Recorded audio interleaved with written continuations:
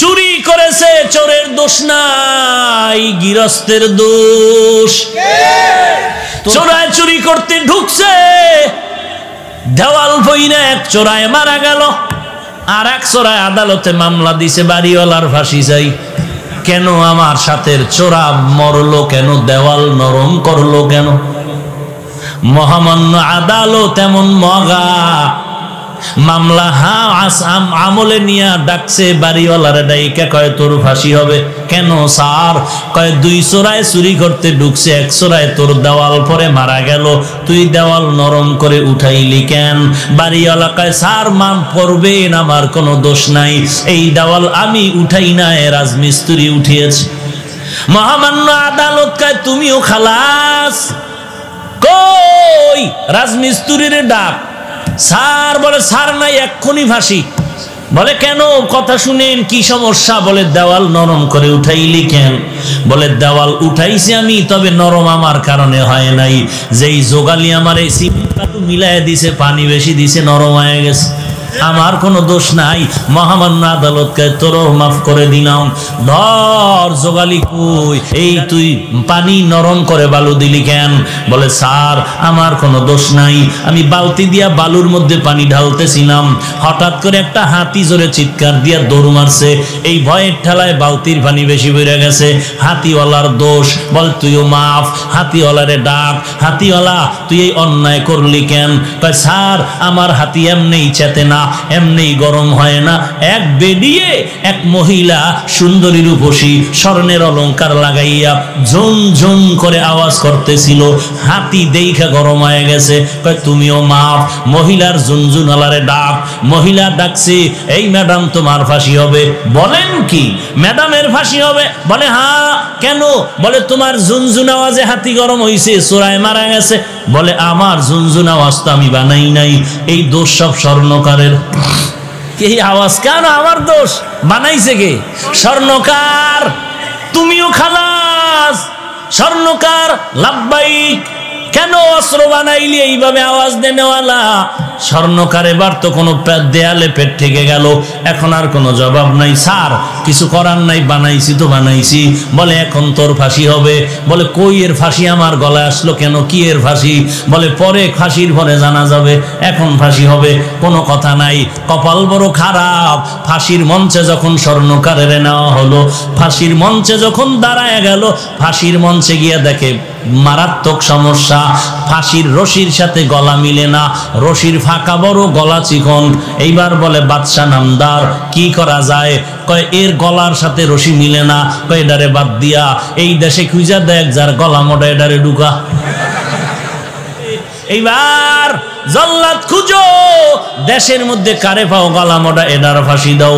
খুঁজতে খুঁজতে খুঁজতে খুঁজতে একজন গলা মোটা পাইল, পীর সাহেবের খাদেম। এমন এক খাদেম পাইছে যে ফাঁসির রশির সাথে গলা খাপের খাপ, বাপরে বাপ মিলে গেছে। এমন মেলা মিলল, এইবার মরার আগে বলে কোনো দাবি আসেনি? এইবার খাদেম কয় হ্যাঁ আছে। কি দাবি? বলে আমার পীরের সাথে আমি একটা বেয়াদবি করেছিলাম, ওই বেয়াদবির জন্য ক্ষমা চাইব। কি বেয়াদবি করেছ? পীর আমাকে নিষেধ করেছিল এই দেশে যেন না থাকি। কেন নিষেধ করেছিল? আমরা যখন সফরে রওনা হলাম, এই দেশে আইসা দেখলাম ঘিয়ের দাম তেলের দাম সমান। তেলের দাম? আমি বললাম হযরত আমার শরীর হয় না, এত গোশত খাই, জনমের মতো খাই, এরপরও শরীর বাড়ে না। তেলের দাম ঘিয়ের দাম যেহেতু সমান, কম দামে ঘি খাইয়া মোটা হয়ে যাব। আমার পীর বারবার বলছে এই দেশের ঘি খেয়ে মোটা হইলে বিপদে পড়বি, কেন এত দামি ঘি কেন কম দামে পাইলে খাবো না? পীর বলছিল সাবধান, যেই দেশে তেলের দাম ঘিয়ের দাম সমান, ওই দেশে কোনো ইনসাফ নাই। যেই দেশে নারী আর পুরুষের দাম সমান, ও দেশে ইনসাফ নাই। যেই দেশে শিক্ষিত শিক্ষিতের মান সমান, দেশে ইনসাফ নাই। পীরের কথা আমি মানি নাই। আমি পীরের বললাম হুজুর যত বয়ান দেন ঘি না খাইলে কলিজা ঠান্ডা হবে না। হুজুর আমাকে বলল টের পাবি সময় মতো। এখন তো টের পাবো পাবো ভাব। আমার পীরের একটু খোঁজ করে দেখাও। পীরের তালাশ করে আনা হলো। হযরত জি মেহেরবানি করে মাফ করে দেন, মুরব্বির কথা না মানলে এমন এমনই গজবে পড়া লাগে, এমন বিপদ আইছে, কোথার ফাঁসিয়া আমার গলায় লাগতেছে, কোথায় জানি কি গ্যাঞ্জাম লাগছে, এখন আমারে ফাঁসি দিচ্ছে, সরকার আমারে দাওয়াত দিছে ফাঁসির জন্য। এই বিপদ থেকে বাঁচার উপায় কি? বলে মুরব্বী মানবি জীবন ভর? বলে হ্যাঁ মানবো। মুরব্বীর সাথে বেয়াদবি আর করবি নি? কয় জীবনও করব না। কয় এইবারও বাঁচার বুদ্ধি দেই, মরণের জন্য তুই পাগল হয়ে যাবি, তুই বলবি আমাকে তাড়াতাড়ি ফাঁসি দাও, আমারে তাড়াতাড়ি ফাঁসি দাও, এই কথা তোর কথা বন্ধ করবি না, এরপরে যা হওয়ার হবে। এইবার জল্লাদ যখন ফাঁসির মঞ্চে নেয়, খাদেম কয় আমাকে দাও। পীর সাহেব বলে খবরদার, এই খাদেমরে দিবা না, ফাঁসি দিলে আমাকেই দাও। দুইজন আর কিলেকিলি লাগছে ফাঁসি হওয়ার জন্য। সবাই আশ্চর্য হয়ে গেল, এমন কাহিনী তো জমিনের মধ্যে আর হয় নাই। দোনোজন মানুষ মরার থেকে বাঁচার জন্য ফজরের আগে রাস্তায় দৌড়ায়, কথা ঠিক নেই? কিন্তু ফজরের নামাজ 4 রাকাত পড়তে মসজিদে ঢুকে কেমন কপাল পরা চিন্তা করতে পারেন? যে ডাক্তারের কথায় ফজরের সময় রাস্তায় দৌড়ায়, পাশে মসজিদে নামাজ চলে, 4 রাকাত নামাজে মসজিদে ঢুকে না। একটুখানি নেকের তরে রোজ হাসরের মাঠেতে বাবা ঘুরবে ছেলের পিছে, ছেলে বাবার আগেতে। আহাতে মন কঠিন দিনেতে নামাজ তোমায় ভুলবে না, ঠিক মতো পড়িলে নামাজ জান্নাত তোমার ঠিকানা। ঘুমের চেয়ে নামাজ ভালো আর তুমি ঘুমাইও না, ঠিক মতো পড়িলে নামাজ জান্নাত তোমার ঠিকানা। আমার প্রাণের ভাই বোনেরা জলদি করে উঠে যাও, ওযু করে তাড়াতাড়ি নামাজ পড়তে লেগে যাও। আহা নবী বেনামাজির শাফাআত করিবেন না, ঠিক মতো পড়িলে নামাজ জান্নাত তোমার ঠিকানা। ঘুমের চেয়ে নামাজ ভালো আর তুমি ঘুমাইও না, ঠিক মতো পড়িলে নামাজ জান্নাত তোমার ঠিকানা। ঠিক মতো নামাজ বছরে কয়বার? বছরে হলে 5 বার। চিন্তা করছে তাল ঠিক নাই, কি ঘুমাইতেছেন আপনারা? ভাইরা আমার, এক হুজুর বলে কেউ জাহান্নামে যাবেন, কয়েকজন মুরব্বী হাত উঠে আল্লাহু আকবার। আপনারা কি জাহান্নামে যাবেন? বলে আমিও যাবো না, আমার আব্বাও যাবে না। তো হাত তুললেন কেন? বলে টুপিওয়ালারা যা বলে তো ভালোই বলে জানি। নামাজ কয়বার? হ্যাঁ, দৈনন্দিন কত ওয়াক্ত? 5 ওয়াক্ত নামাজ। না পড়লে তো আর সমস্যা নাই, আছে তো পড়েন না কেন?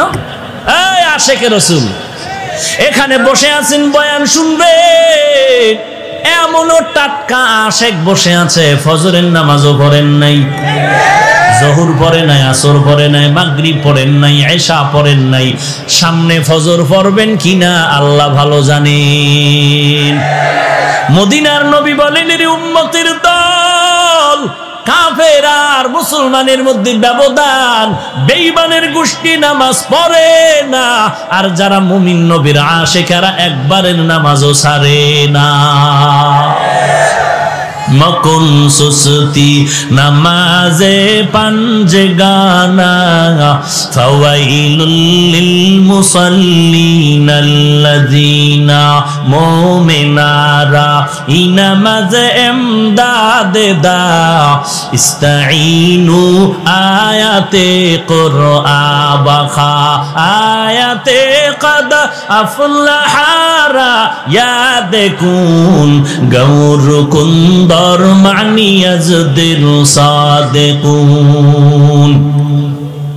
পীরও মরার জন্য রেডি, খাদেমও। বাদশার কানে খবর গেল, স্যার এমন কাহিনী, পীরেও মরতে চায়, মুরিদেও মরতে চায়।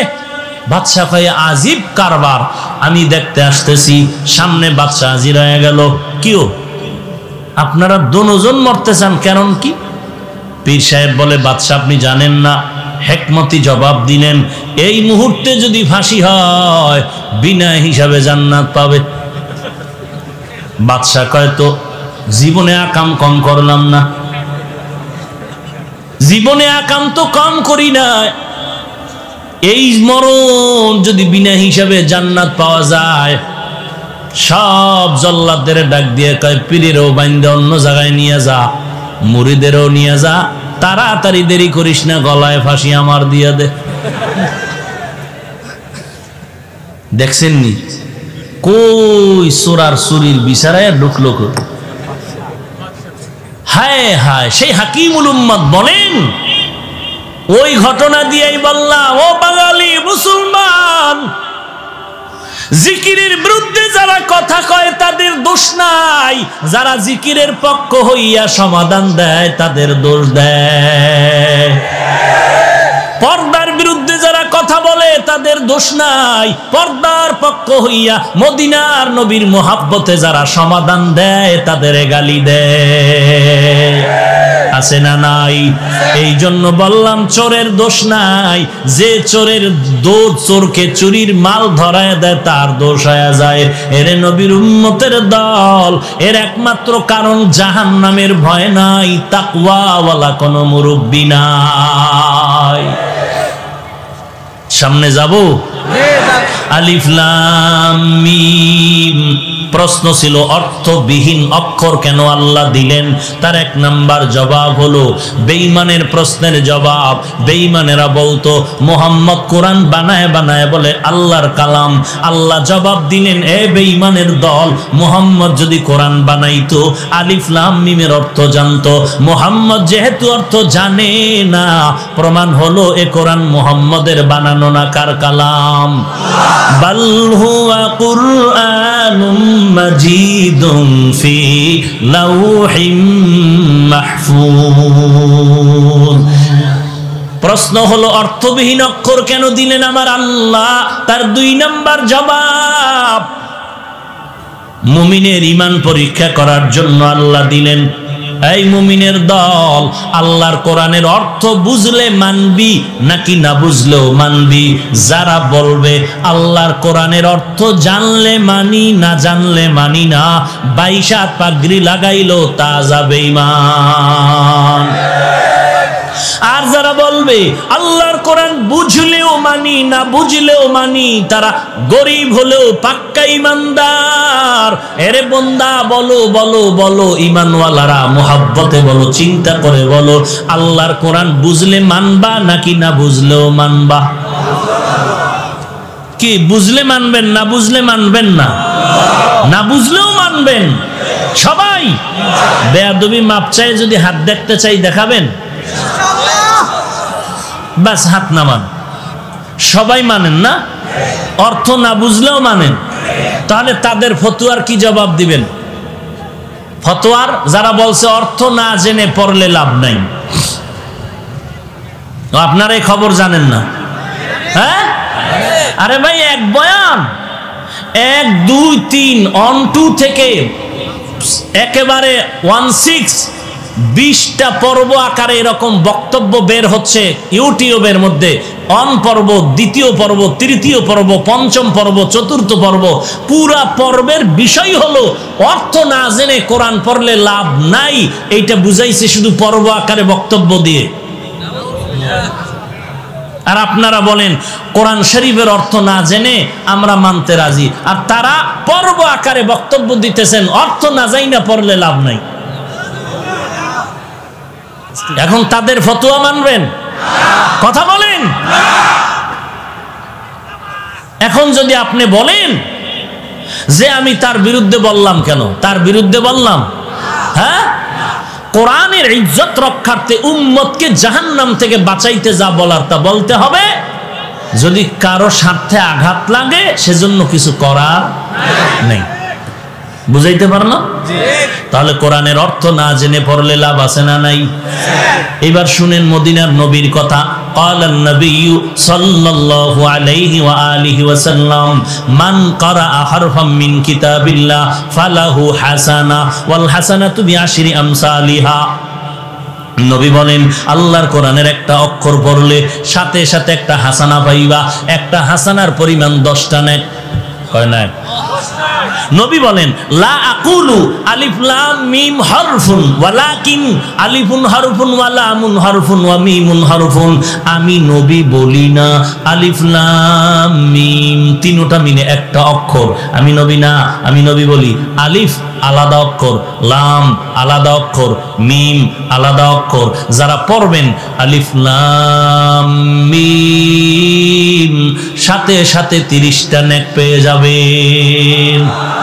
যারা বলে অর্থ না জেনে কোরআন পড়লে লাভ নাই, তাকে জিজ্ঞেস করেন আলিফ লাম মিমের অর্থ কি।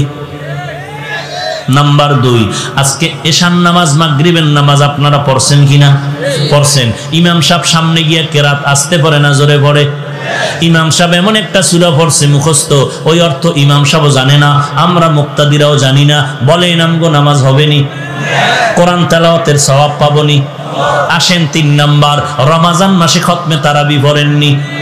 12 বছরে একটা হাফেজে কোরআন ইমামতির মুসাল্লায় গিয়া ওই 27শে কদর পর্যন্ত দৈনন্দিন 1.5 পাড়া 1 পাড়া পড়ে কোরআন মুখস্থ পড়তেছেন। হাফেজ সাহেব অর্থ জানে না, আমরা মুক্তাদিরা তো আগের থেকেই জানি না। বলে নামগো তারাবির তেলাওয়াতের সওয়াব পাবো না, গুনাহ হবে?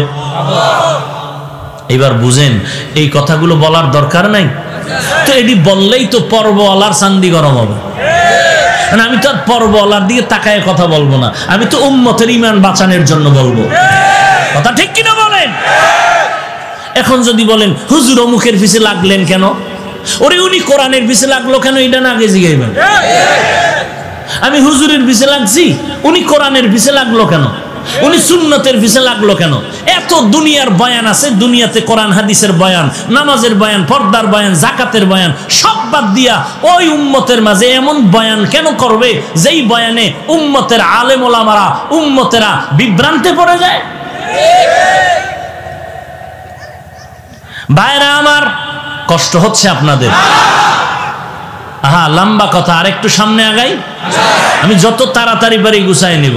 এই উঠবেন না কেউ, উঠলেই আমি হাত উঠাই ফেলবো। তখন কানলেও মোনাজাতের কান্দা হবে, বুঝেন নাই? তখন আর হাত নিচে নামবে না, কানলেও দোয়া হবে, মোনাজাতের কান্দা চলবে। আর একটু থাকবেন সবাই? কারা কারা থাকবেন না?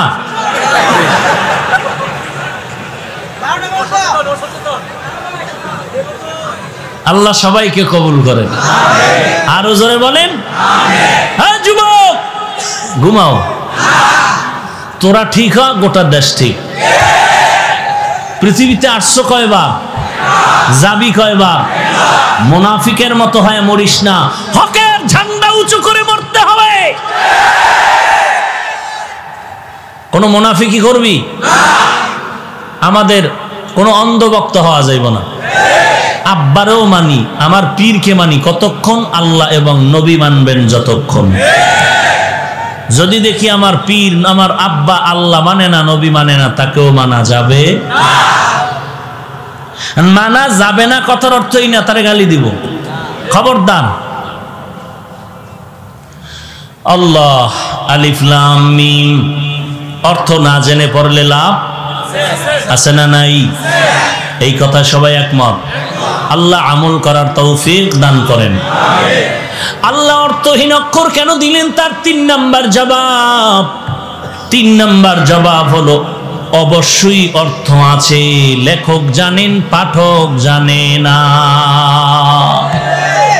ভিজিটিং কার্ড আছে না, কার্ডের মধ্যে একজনের নাম লেখলেন HMA রহমান, এখন আর একজনে তর্জমা করে H মানে হাজী সাহেব, M মানে মাওলানা। ভিজিটিং কার্ডওয়ালা একা কিরে বলে তাফসীর করতেছি। মিয়া কি তাফসীর করো?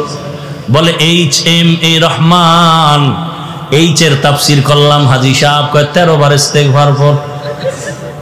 কারণ আমার 14 গোষ্ঠীর মধ্যে কেউ হজ করার সুযোগ পায় না, আমি যাব যাব বলে যাই নাই। চেষ্টা আছি সুদের টাকাটা বুড়া পাইয়া যাবো, আছে না নাই? কি খুশির খবর, সুদের টাকা হজে যায় বদমাস, আছে না নাই? সুদ খাইয়া কি খুশি। কয় জানো এই বিল্ডিং আমার সুদের টাকায়। ও ভাইজান, তুমি সুদ খাইয়া কি পরিমাণ নিচে নেমেছ, তোমার আপন মায়ের সাথে তুমি জিনায় গুনারে লিপ্ত আছো। নিজের আপন মায়ের সাথে জিনার গুনাহে লিপ্ত তুমি। একটা নেক আমল আল্লাহর কাছে গ্রহণ হবে না। ভাইরা আমার, এরপরে বলে তুই এম দ্বারা কি বুঝাইলি? বলে মাওলানা কয় জীবনে তো মাদ্রাসার বারান্দায় পাড়া দেই নাই, দয়নুস পর। বলে তাহলে তুমি এই চেম দিয়া কি বুঝাইলা? বলে এই দ্বারা আমার বংশ হাওলাদার, এম দ্বারা মুহাম্মদ, এ মানে আব্দুল রহমান তো স্পষ্ট। তাহলে এইচ এম এ অক্ষরগুলো দিলেন, অর্থ লেখক জানে, কে জানে না?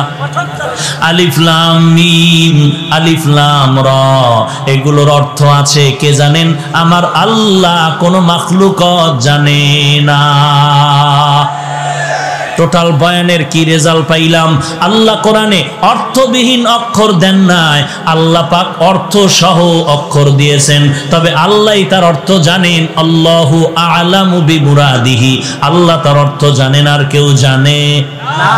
4 নাম্বার জবাব দিবনি, অর্থ নবীও জানে, অর্থ নবীও জানে, তবে উম্মতের জানায় নাই কেন? বলে এটা বন্ধুর সাথে বন্ধুর কথা বলার পাসওয়ার্ড, গোপন নাম্বার। এই পাসওয়ার্ড আসেনি রে যুবক? হ্যাঁ, কি সুন্দর লেখো না, H+S বাথরুমে।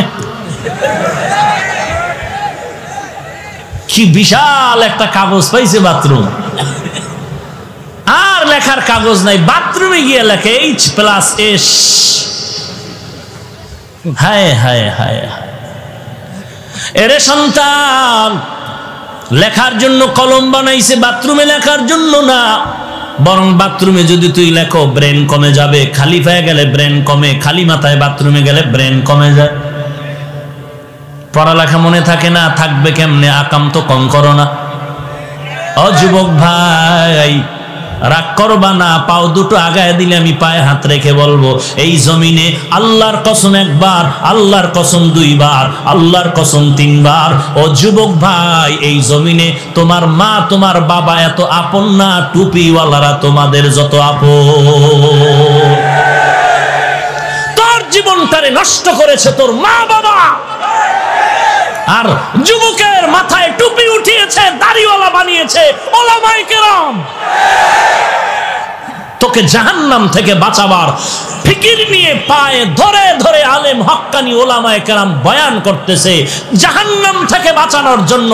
আর তোর জীবনকে চূড়ান্ত বিপন্ন করার পেছনে তোর মা বাবায় অপচেষ্টা করেছে, ঠিক মতো লেখাপড়ার খবর নেয়নি, হাতে মোবাইলের গজব তুলে দিয়েছে। তোর মায়ে জানে তুই লাইন করো কার সাথে, মায়ে জানিয়েও বাধা দেয় না। আবার অনেক মা ভয় পায়, দিলে কিনে জানি মাইর খাওয়ান লাগে, আছে না নাই? বাবায় জানতেছে তারপরও বাধা দেয় না। বাবায় জানে পার্কে ঘুরে, বাধা দেয় না। আর বাধা দিবে কসু। বাবায় কয় টাকা নে, টাকা নে। কেন আব্বু? আগামীকাল ভ্যালেন্টাইন্স ডে। কবে কবে কবে? কথা কয় না। কাইল কাইল কবে? 14 ফেব্রুয়ারি বিশ্ব ভালোবাসা দিবস বনাম বেহায়া দিবস। তোরা একটা ভালোবাসা করবি না? আরে ভাই, দিনের ভালোবাসা কর, করবি? তাহলে 500 টাকা যদি ভাড়া লাগে, যাবি ঢাকা। 14 ফেব্রুয়ারি ঢাকা মাদ্রাসার মাহফিল। মোহাব্বতের নজরে দিল খুলে সবাইকে দাওয়াত দিলাম ঢাকা। যেই মাদ্রাসার খেদমত করি, ওই মাদ্রাসার মাহফিলে সকলকে দাওয়াত। তোমরা জীবনভর নাপাক রাস্তায় ভালোবাসা করেছো, আগামী ফেব্রুয়ারি 14 তারিখ ভালোবাসা হবে আল্লাহর দ্বীনের ভালোবাসা। ইনশাআল্লাহ যাবেন? ভাই 200-300 টাকা খরচ হইব। এমনি তো আকামের ভালোবাসায় কি পরিমাণ খরচ করছো তুই নিজেও জানো না। তো আল্লাহর দ্বীনের ভালোবাসায় যদি ভাড়া লাগে 500 টাকা দিয়ে যাওয়া যাবে না? কি যাবে? ইনশাআল্লাহ। সকলকে দাওয়াত দিলাম, কবুল করলেন? কবে কবে? 14 ফেব্রুয়ারি ইনশাআল্লাহ।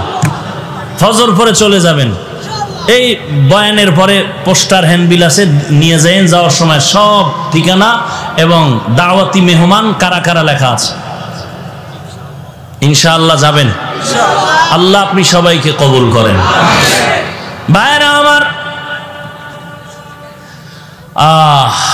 আলিফ লাম আর সামনে আগাইলাম না, এই আলিফ লাম সারলাম আর একটু যাই। জালিকাল কিতাব, যাব?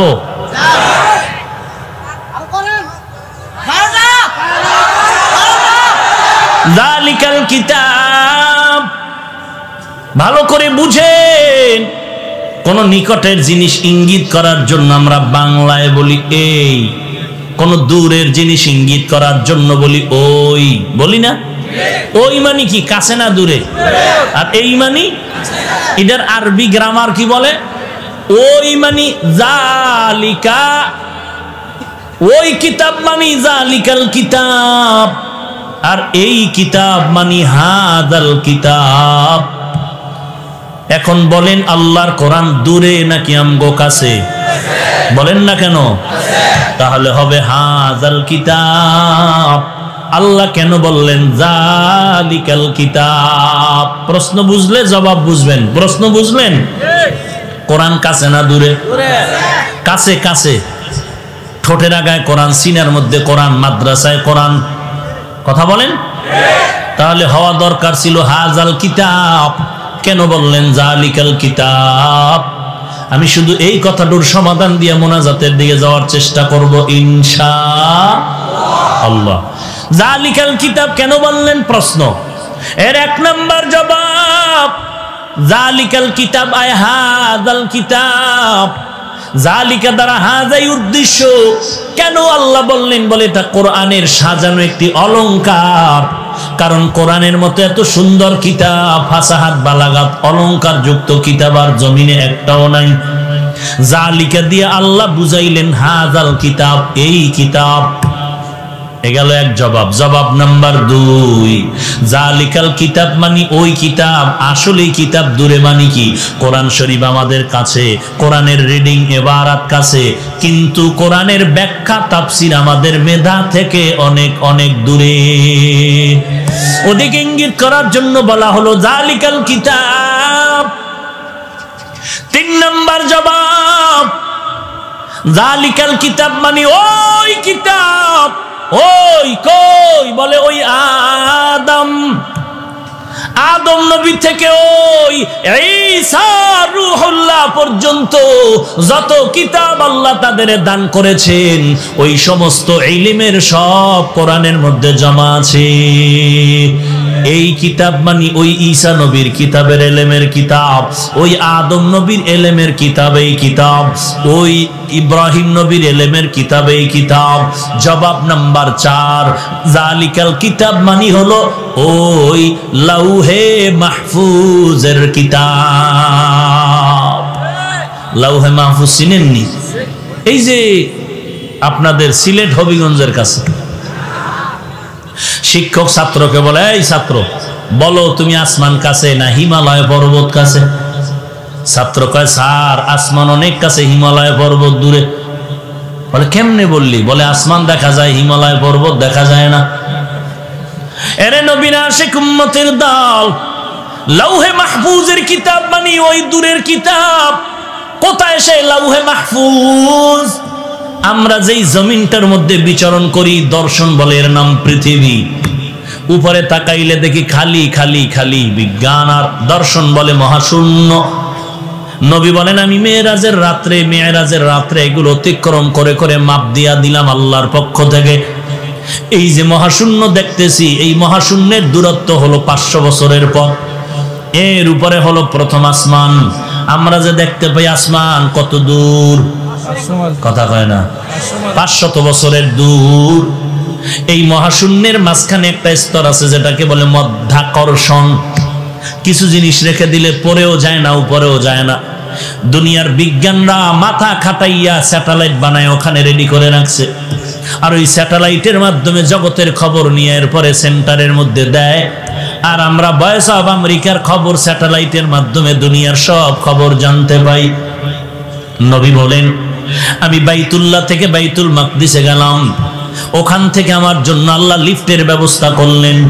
ওই লিফটে আমি প্রথম আসমানে গেলাম। 500 বছরের পথ পেরিয়ে গিয়ে দেখলাম প্রথম আসমানে 2টা দরওয়াজা জমরাদ ইয়াকুত পাথর দ্বারা বানানো, এবং প্রত্যেকটা দরওয়াজায় তালা লাগানো হলো নূরের তৈরি তালা। জিবরাইল আমিন বললেন দরজা খোল। ভেতর থেকে দারোয়ান বলল কে আপনি? বলে আনা জিবরাইল। অমাম মাআক, আপনার সাথে কে? বলে হুয়া মুহাম্মদ সাল্লাল্লাহু আলাইহি ওয়া আলিহি ওয়াসাল্লাম। বলে এখানে আসার কি অনুমতি আছে নাকি? বলে হ্যাঁ আছে। দরজা খুলে দাও। বলে তালার চাবি কই? বলে চাবি হলো বিসমিল্লাহির রহমানির রহিম। কপাল খারাপ যে বিসমিল্লাহটাও ঠিক মতো পড়তে জানি না রে মুসলমান। যদি ঘুমের ঘরে 21 বার বিসমিল্লাহির রহমানির রহিম পড়ে ঘুমাও, আল্লাহ পাক রব্বুল আলামিন বিসমিল্লাহর বরকতে তোমার ঘর ফেরেশতা দিয়ে হেফাজত করবেন।